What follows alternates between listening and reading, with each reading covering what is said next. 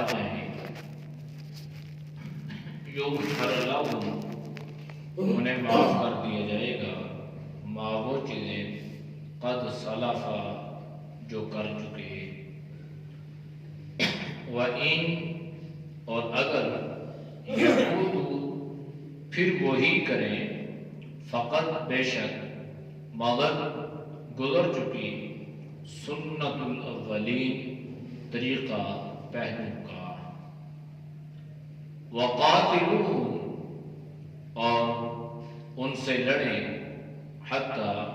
یہاں تک لا تکون نہ رہے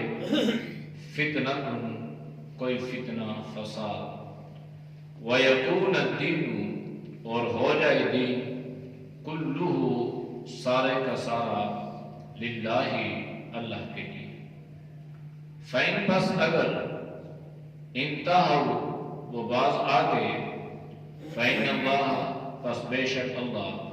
بما یعملون جو وہ کرتے ہیں بصیر دیکھنے والا ہے وَإِن تَوَلَّوْا پس اگر وہ پھر دیں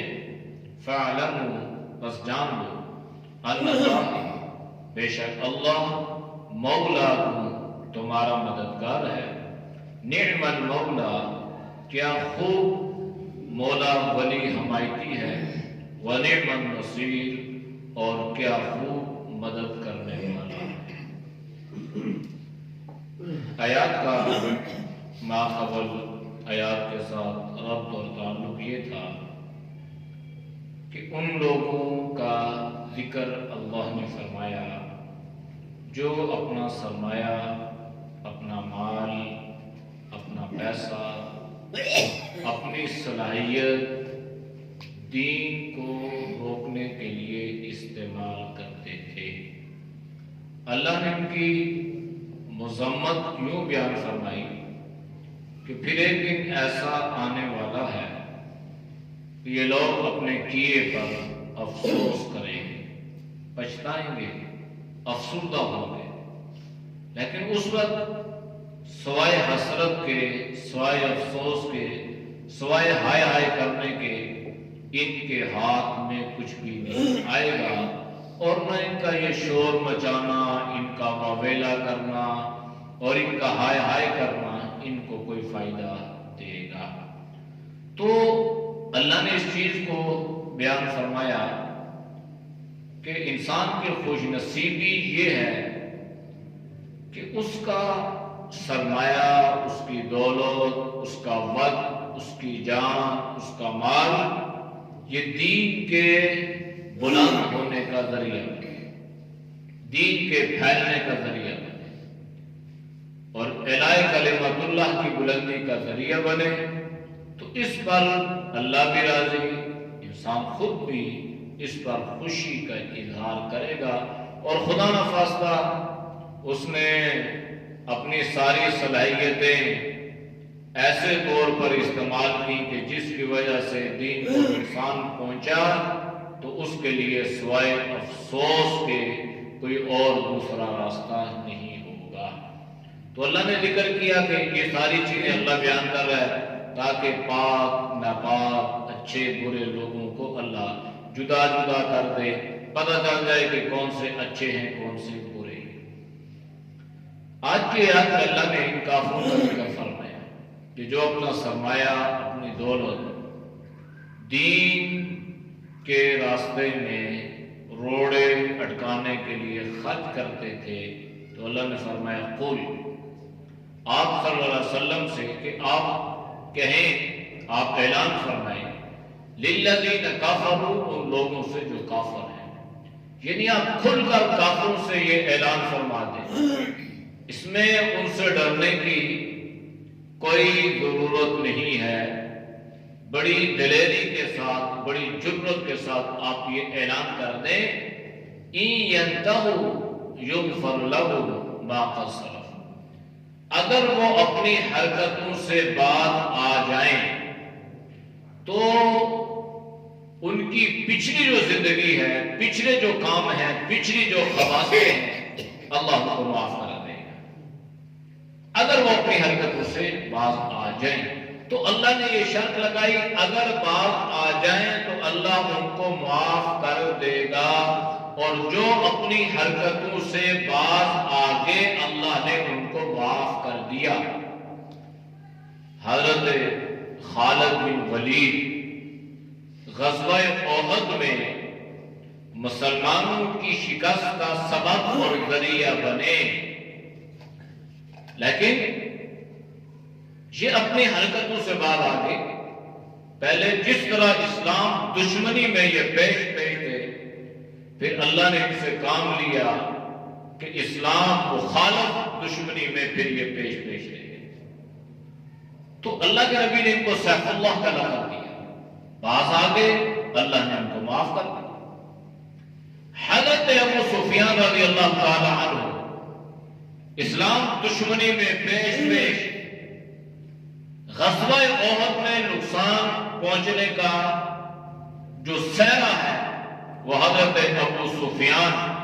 رضی اللہ تعالی عنہ کے سر ہے کہ ان کی وجہ سے اسلام کو یہ نقصان پہنچا،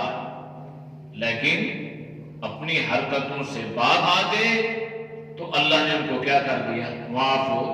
فرما دیا۔ تو اللہ نے قرآن میں یہ ذکر فرمایا ان لوگوں سے جو اپنا پیسہ اپنا سرمایہ اسلام مخالف خرچ کیا کرتے تھے، تو پھر اللہ نے فرمایا اگر بات آگے تو اللہ ان کو معاف کر دے گا۔ جو باز آگے اپنی حرکتوں سے اللہ نے ان کو معاف فرما دیا۔ رضی اللہ عنہ ورضوا عنہ، اللہ ان سے راضی، یہ اللہ سے راضی، تو یہ اللہ نے ان کو معاف کر دیا۔ لہذا اب اگر کوئی یہ اعتراض کرے حضرت ابو سفیان پر، تو وہ حضرت ابو سفیان پر اعتراض نہیں ہے، وہ قرآن کی اس آیت پر اعتراض ہے، کیونکہ قرآن کیا فرمایا؟ بالکل تو دو آپ کافروں سے کہہ دیں اگر وہ باز آ جائیں اپنی حرکتوں سے تو یغفر لہم، ان کو معاف کر دیا جائے گا، ما وہ جنہیں قد سلفا، جو گزر چکی یا جو وہ کر چکے۔ تو حضرت ابو سفیان جو تھے یہ اسلام دشمنی پیش تھے، مسلمانوں کو نقصان پہنچا، سب کچھ ہوا، لیکن اپنی حرکتوں سے بعد آئے، اللہ نے ایمان کی دولت عطا فرمائی تو اللہ نے ان کو معاف کر دیا۔ اسی بنیاد پہ اللہ کے نبی نے کہ کوئی آنے والا مورخ آپ پر کوئی اعتراض نہ کرے، کوئی انگلی نہ اٹھائے، اور نہ کسی کو انگلی اٹھانے کا موقع ملے، اس لیے اللہ کے نبی نے حضرت ابو سفیان کے بارے میں فتح مکہ کے وقت یہ اعلان فرمایا تھا کہ جس نے ابو سفیان کے گھر میں پناہ لی، امان لی، اس کو امن ہے، اس کو پناہ ہے۔ تو یہ ایک انفرادی حیثیت تھی جو اللہ کے نبی نے حضرت ابو سفیان کو عطا فرمائی۔ اسلام میں اللہ نے یہ طاقت رکھی ہے کہ کوئی بھی، اللہ کے نبی نے فرمایا الاسلام تہدم ما کان قبلہ، الہجرۃ ما یہدم ما کان قبلہ، العمرۃ تہدم ما کان قبلہ۔ بعض اعمال ایسے ہیں کہ ان اعمال کی وجہ سے اللہ پچھلے گناہوں کو معاف فرما دیتا ہے۔ اسلام ایک ایسا عمل ہے، ایسی دولت اور ایسی طاقت ہے کہ انسان ساری زندگی اسلام مخالف کرتا رہا، لیکن اس نے صدق کے دل سے اپنی حرکتوں سے توبہ کی، لا الہ الا اللہ محمد رسول اللہ کا اقرار کر لیا، اللہ اس کے ساری زندگی کے گناہوں کو معاف کر دیتا ہے۔ اچھا گناہ معاف ہو گئے، لیکن اس کی وہ اچھائیاں جو اس نے لوگوں کے ساتھ کی، کوئی سوشل کام کیے، اب چونکہ کلمہ نہیں پڑا تھا، اللہ نے اس کو قبول نہیں فرمایا تھا، اب اس کلمے کی برکت سے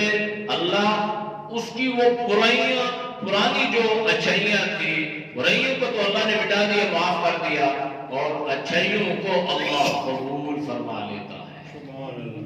تو یہ اللہ نے اسلام میں طاقت رکھی ہے۔ ہجرت میں اللہ نے طاقت رکھی ہے، ہجرت سے پہلے جتنے گناہ ہوتے ہیں اللہ ان کو معاف کر دیتا ہے۔ عمرہ اور حج اللہ کے نبی نے بیان فرمایا کہ اس سے پہلے جتنے گناہ کیے ہوتے ہیں اللہ تعالیٰ ان کے گناہوں کو معاف فرما دیتا ہے۔ حج کرنے والے کے بارے میں اللہ کے نبی نے یوں فرمایا کہ یہ یوں ہو جاتا ہے جیسے ابھی اس کی ماں نے اس کو جنا۔ تو یہ اعمال ہیں اور ان اعمال میں اللہ نے یہ طاقت رکھی ہے۔ اس لیے اللہ فرما رہا ہے اگر انسان اپنی حرکتوں سے باز آ جائے، کفر سے باز آ جائے، شرک سے باز آ جائے، بدعات سے، گناہوں سے، جس سے بھی باز آ جاتا ہے نا، تو یغفر لہم، اللہ اس کو معاف کر دیتا ہے، ما قد سلفا، جو کچھ وہ پہلے کر چکا ہے۔ وَإِن يَعُودُوا، اگر وہ پھر وہی کرے، جیسے اسلام کا راستہ روکنے کے لیے سرمایہ خرچ کیا، پیسے خرچ کیے، طاقت خرچ کی، صلاحیت خرچ کی، جان خرچ کی، مال خرچ کیا، وقت خرچ کیا، تو اللہ فرما رہا ہے فقد مضت، بے شک گزر چکی، سنت الاولین، یہ طریقہ پہلوں کا، یعنی پہلے لوگوں نے بھی ایسا کیا کہ ان کو سمجھایا گیا وہ نہ سمجھے، بلکہ وہ اسلام دشمنی میں بڑھتے گئے۔ جب وہ اپنی حرکتوں سے باز نہ آئے تو پھر اللہ کا طریقہ یہ رہا کہ اللہ نے ان کو صفحہ ہستی سے مٹا دیا۔ یہ اللہ کا طریقہ اور یہ اللہ کا دستور رہا ہے۔ اس لیے اللہ نے توبہ کا دروازہ کھلا رکھا ہے، انسان گناہ کرے پھر توبہ کرے، گناہ کرے پھر توبہ کرے، اس لیے کہ انسان کے گناہ اللہ کی رحمت کا مقابلہ نہیں کر سکتے۔ اور انسان وخلق الانسان ضعیفا، انسان ہے بھی کمزور ہے، خطا کا پتلا ہے، کل بنی آدم خطاء، ہر بنی آدم خطا کا پتلا ہے، خیر الخطائین التوابون، اللہ کے نبی نے فرمایا کہ سب سے بہترین خطا کار وہ ہے جو توبہ کرے، رجوع الی اللہ کرے۔ اس لیے اللہ کے نبی خود فرمایا کرتے تھے کہ میں ایک ایک مجلس میں 70 مرتبہ استغفار کرتا ہوں، یعنی اللہ سے معافی مانگتا رہتا ہوں۔ وَقَاتِلُوهُمْ، اور آپ ان سے لڑیں، ان کافروں سے لڑیں۔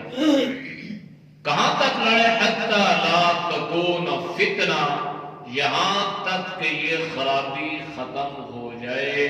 یہ فتنہ کفر کا مٹ جائے۔ یہ جو لڑنے کا حکم دیا ہے نا، یہ عام حالت میں نہیں ہے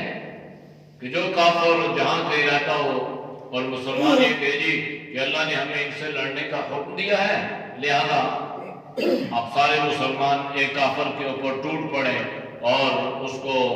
گولیوں سے اور تلواروں سے اور نیزوں سے بھون کے رکھ دیں، اور پھر دلیل میں قرآن کی یہ آیت پیش کریں جی اللہ نے یہ حکم دیا ہے۔ تو یہ حکم اس طرح نہیں ہے، یہ آیت وَقَاتِلُوهُمْ، آپ ان سے لڑیں، حتیٰ یہاں تک لا تکون فتنہ۔ یہ آیت جو ہے نا، یہ بالخصوص جزیرۃ العرب کے بارے میں نازل ہوئی تھی کہ یہاں جزیرہ عرب میں کافر نہ رہے، اور بالخصوص ان کافروں کے بارے میں جو مسلمانوں کے خلاف ہتھیار اٹھاتے تھے، مسلمانوں کے خلاف سازشیں کرتے تھے، مسلمانوں کے خلاف برسر پیکار رہتے تھے، اللہ نے ان کافروں کے ساتھ لڑنے کا حکم دیا ہے۔ ورنہ عام کافر جو ہے، آپ کا محلے دار ہو نا، محلے دار آپ کے پڑوس میں رہتا ہو، تو اسلام کی تعلیم اور تربیت یہ ہے کہ آپ نے اس کافر کے ساتھ بھی اچھا سلوک کرنا ہے۔ اگر وہ پڑوسی ہے تو آپ نے پڑوسی کے حقوق ادا کرنے ہیں۔ اس لیے یہ اسلام کی تعلیم اور تربیت، اور اس کا اثر یہ ہوتا ہے کہ دوسرا جو آدمی ہوتا ہے نا، وہ اسلام سے اور مسلمانوں کے اخلاق اور مسلمانوں کے رویے سے اور ان کی تعلیم اور تربیت سے متاثر ہو کر وہ اسلام کے قریب ہوتے ہیں، پھر وہ اسلام قبول بھی کر لیتے ہیں۔ اس لیے اللہ نے یہ سازش دی۔ تو جب تک یہ صورتحال تھی نا مسلمانوں میں، تو بہت دنیا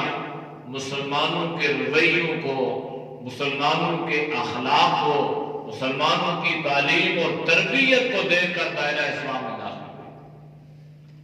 لیکن جب مسلمان اپنی اصلی تعلیمات سے پیچھے ہٹ گیا، اور اخلاق کی جگہ بد اخلاقی، امانت کی جگہ بددیانتی، سچ کی جگہ جھوٹ، ان ساری برائیوں نے جب مسلمانوں کے دل و دماغ پر قبضہ کر لیا تو مسلمان پیچھے، کافر آ گئے۔ آج جو مسلمانوں کی ذلت کا سبب اور ذریعہ ہے، ان ذرائع میں سے ایک چیز یہ بھی ہے، ہم اس اعتبار سے بہت پسماندہ ہیں، ہمارے اندر اخلاقی ضرورت نہیں ہے، ہماری کوئی تعلیم و تربیت نہیں ہے، ہم اپنے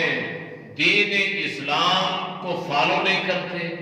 اسلام ہمیں کیا کہتا ہے، کہاں پہ کیا حکم دیتا ہے، ہم اس کی پرواہ و فکر نہیں کرتے۔ نتیجہ یہ ہوتا ہے کہ ہم پیچھے چلے جاتے ہیں اور اغیار ہو آگے نکل آتے ہیں۔ یہ آج جو دنیا اکثر یہ جملہ مسلمانوں کہتے ہیں یہ ہم سے تو کافر ہی اچھے ہیں، یورپ والے لوگ بڑے اچھے نہیں، بڑے دیانتدار، بڑے اصولی، بڑے یہ بڑے وہ، ہمیں ان کا ایک پہلو نظر آتا ہے۔ ٹھیک ہے، ہمیں سے بحیثیت انسان کوئی نہیں ہے، اللہ ان کو بالکل اچھا کر دے اور اللہ ان کو 100% اچھا کر دے، لیکن یہ ان کی چیز ہم فراموش کر دیتے ہیں کہ ایک طرف تو آپ سے انہوں نے اچھے طریقے سے مصافحہ کیا، ملاقات کی، بات چیت کی اور آپ کی خدمت داری کی، تواضع کی، اور دوسری طرف وہی کافر مسلمانوں کو گاجر مولی کی طرح کاٹتے ہیں۔ افغانستان میں نہیں کاٹا اور عراق میں نہیں ہوا اور شام اور لبنان اور یہ ساری دنیا میں جو ابھی مسلمانوں کے خلاف برسر پیکار ہے، یہ کون لوگ ہیں؟ یہ وہی لوگ ہیں نا، لیکن وہ انفرادی طور پہ کیا کرتے ہیں، انفرادی طور پہ کوئی مسلمان ملے گا تو اچھے طریقے سے، لیکن اپنا پیسہ، اپنا سرمایہ، اپنی دولت، اپنی طاقت مسلمانوں کے خلاف استعمال کر رہے ہیں۔ لہذا یہ جملہ ہی درست نہیں ہے بنیادی طور پہ کافر اچھے ہیں۔ ایک کلمہ کو مسلمان، کلمہ پڑھنے والا جس کی زبان سے ایک مرتبہ صدق کے دل سے لا الہ الا اللہ محمد رسول اللہ جاری ہو گیا، ساری دنیا کے کافر اس کی جوتی کے مقابلے میں بھی نہیں۔ ہاں، ہونا یہ چاہیے تھا کہ ہم اپنی اسلامی تعلیمات کے مطابق زندگی گزارتے ہیں، لیکن ہم نے نہ گزاری۔ اب وہ اسلامی تعلیمات کے مطابق اپنی زندگی، اپنے اصول، اپنے ملکی قوانین کو وضع کرتے ہیں، جس کے لیے ان پر بہت ساری معاشی اعتبار سے آسانیاں پیدا ہو جاتی ہیں۔ تو مسلمان حکمران یہ کہتا ہے کہ ہم تو سود کے بغیر ہمارا نظام معیشت جو ہے وہ چل نہیں سکتا۔ تو جب ہم اس طرح سے اپنے اسلامی نظام کو چلانے کی کوشش کریں گے تو پھر برکتیں تو نہیں آئیں گی، پھر رحمتیں تو نہیں آئیں گی۔ اس لیے اللہ نے یہ جو حکم دیا نا، یہ جزیرۃ العرب میں اللہ کے نبی نے فرمایا اخرج الیہود من جزیرۃ العرب، جزیرہ عرب سے یہودیوں کو نکالو۔ جس اللہ کے نبی نے جزیرہ عرب سے یہودیوں کو دور کیا تھا، ان کی سازشوں سے پاک کیا تھا، آج وہ یہودی جزیرہ عرب میں نہ صرف داخل ہو چکے ہیں بلکہ اپنے پاؤں، اپنے قدم جما چکے ہیں اور اپنی عبادت گاہ کو تعمیر کر چکے ہیں۔ اور مسلمان جو ہے وہ غفلت کی چادر تان کے سویا ہوا ہے۔ یہ ہمارے یہ غریب آباد ہے نا، اسکیم 3 ابتدا سے ایک کسی رافضی کی یہاں پر میت لائی گئی اور اس کو یہاں پہ دفن کر دیا گیا۔ اب جناب انہوں نے یہ کیس دائر کر دیا کہ ہمارا یہ فلاں آدمی ہے نا، لہذا ہم اس کا یہ جو ہے وہ درگاہ بنانا چاہتے ہیں اور اس کے لیے ہمیں 2 کنال جگہ کی ضرورت ہے۔ اب مسلمانوں نے وہ زمین اپنے پیسوں سے خرید کے قبرستان کے لیے وقف کی تھی، اب وہ حکومتی سرپرستی میں یہ بات چل پڑی ہے، تو بہرحال ابھی عوام اور علماء وہاں کے نکلے ہوئے ہیں، اللہ اس کی حفاظت فرمائے۔ تو احساس نہیں ہوتا کسی کو، تب پتا چلتا ہے کہ جب بات بہت آگے جا چکی ہے۔ تو اس لیے جزیرۃ العرب سے اللہ کے نبی نے نکلنے کا حکم دیا تھا اور فرمایا تھا کہ ان سے لڑتے رہو یہاں تک یہ فتنہ ہے، یہ کافر فتنہ ہے، یہ ختم ہو جائے وَيَكُونَ الدِّينُ كُلُّهُ لِلَّهِ اور اللہ کا دین سارے کا سارا غالب ہو جائے. فَإِنِ انْتَهَوْا بس اگر وہ باز آ جائیں فَإِنَّ اللَّهَ بِمَا يَعْمَلُونَ بَصِيرٌ تو اللہ تمہارے اعمال کو دیکھتا ہے. یعنی اللہ معاف کر دے گا اور ان کو پناہ ملے گی، رہنے کی جگہ ملے گی، لیکن شرط یہ ہے کہ مسلمانوں کے خلاف ہتھیار نہ اٹھائے. اب مسلمانوں سے فرق وَإِن تَوَلَّوْا اگر تم نہیں کرتے ہو، تم نہیں لڑتے ہو مسلمانوں کو اللہ نے فرمایا اگر تم اللہ کے احکامات سے پھر جاتے ہو تو پھر اللہ کو تمہاری کوئی ضرورت نہیں ہے. فَاعْلَمُوا تم اس بات کو کان کھول کے سن لو اور جان لو ان اللہ مولاکم اللہ تمہارا مولا ہے، اللہ تمہارا مددگار ہے، اللہ تمہارا حمایتی ہے. یعنی تمہیں ڈرنے کی ضرورت نہیں ہے، تمہیں بزدلی اختیار کرنے کی ضرورت نہیں ہے. تم کافروں کے خلاف کھڑے ہو، اللہ کی مدد، اللہ کی نصرت جس طرح غزوہ بدر میں مسلمانوں کے ساتھ تھی، آج بھی اگر مسلمان کھڑا ہو جائے تو آج بھی اللہ کی مدد اور نصرت مسلمانوں کے ساتھ ہے. اس لیے نعم المولا و نعم النصیر، اللہ سے بڑھ کے، اللہ سے بہترین نعمت کہتے ہیں جو بہترین ہو، خوبصورت ہو. تو اللہ نے کیسا عجیب انداز اپنایا، نعم المولا، کیا خوبصورت حمایتی، کیا خوبصورت تمہارا ولی، کیا خوبصورت تمہارا دوست، ونعم النصیر، اور کیا یہ خوبصورت تمہارا مددگار. تو مدد کرنے والا بھی اللہ، مشکل کشا بھی اللہ، تمہارا مددگار بھی اللہ ہے. لہذا تمہیں ڈرنے کی ضرورت نہیں ہے. یہ اللہ نے مسلمانوں کو دلیر رہنے کی گویا ایک تاکید فرمائی ہے کہ مسلمانوں کا دل و دماغ اور نظریں جو ہے یہ اللہ پہ ہونی چاہیے کہ اللہ کی مدد جو ہے وہ ہمارے ساتھ شامل حال ہو. اور اللہ کی مدد جب مسلمان اعمال کرتا ہے تو اللہ کی مدد شامل حال رہتی ہے، اور جب مسلمان اعمال سے دور ہو جاتا ہے تو وہ اللہ کی مدد اور اللہ کی نصرت سے بھی محروم ہو جاتا ہے. اعوذ باللہ من الشیطان الرجیم، بسم اللہ الرحمن الرحیم. قل للذین کفروا إن ينتهوا يغفر لهم ما قد سلف وإن يعودوا فقد مضت سنة الأولين وقاتلوهم حتى لا تكون فتنة ويكون الدين كله لله فإن انتهوا فإن الله بما يعملون بصير وإن تولوا فاعلموا أن الله مولاكم نعم المولى ونعم النصير. صدق الله. الحمد لله رب العالمين والعاقبة للمتقين والصلاة والسلام على خير خلقه محمد وعلى آله وصحبه أجمعين. یا اللہ ہم سب کے صغیرت بھی گناہوں کو معاف فرما، اے اللہ گناہوں سے حفاظت فرما، اللہ نیک اعمال کی توفیق نصیب فرما. یا اللہ برے اعمال سے، برے خیالات سے، برے راستوں سے، بری صحبت سے اللہ تو ہم سب کی حفاظت فرما. یا اللہ پوری امت کی حفاظت فرما. اے اللہ یہود اور ہنود کی سازشوں سے یا اللہ مسلمانوں کی حفاظت فرما. یا اللہ ان کی ساری سازشوں کو، ان کے سارے عزائم کو اللہ کو ناکام فرما. یا اللہ مسلمانوں کی مدد و نصرت فرما. یا اللہ جہاں کہیں بھی مسلمان مظلوم ہیں یا اللہ تو ظالم کے شر سے اللہ کی مدد و نصرت فرما. یا اللہ پوری امت مسلمہ کو جذبہ جہاد اور شوق شہادت عطا فرما. صلی اللہ تعالی علی نبی امی وعلی آلہ وصحبہ اجمعین برحمتک یا